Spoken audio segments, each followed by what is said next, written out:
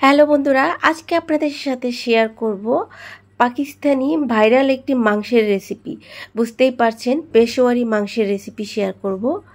আর এজন্য আমি এখানে মাংস ভালো করে ধুয়ে পানি ঝরাতে দিয়েছি। এরপরে আমি কড়াইয়ে ফ্রাই প্যানে আমি ঘি দিয়েছি।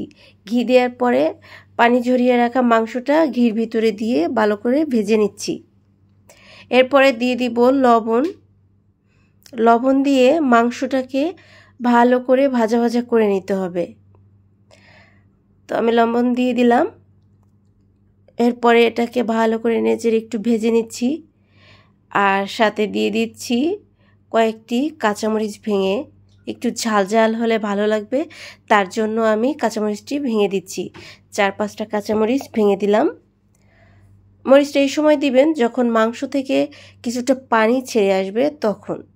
এরপরে ঢাকনা দিয়ে ঢেকে কয়েক মিনিটের মতো কুক করে নেবেন। এ পর্যায়ে কোনো পানি দেওয়া যাবে না। আর এই মাংসটি রান্নার জন্য কোনো প্রকার তেল বা মশলার প্রয়োজন নেই। এরপরে দিয়ে দিলাম আলু। আমি বড় বড় সাইজের টুকরো করে রাখা কয়েক ফালি আলু দিয়ে দিয়েছি।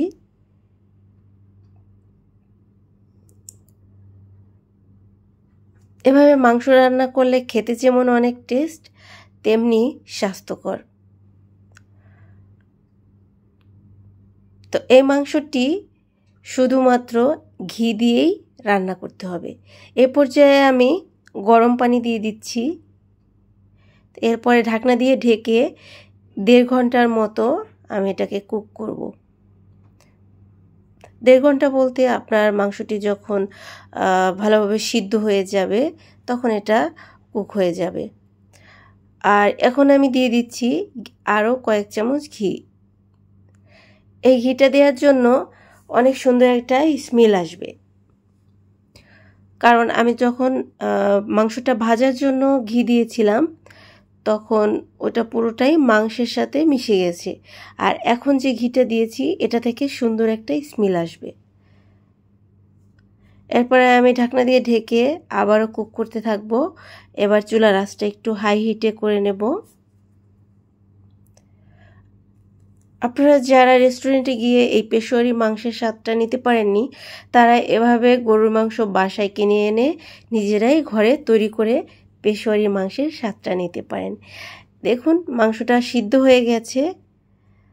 আর ঝোলটা আমি একটু কমিয়ে নিচ্ছি, তার জন্য আমি আবার একটু চুলায় জাল দিচ্ছি।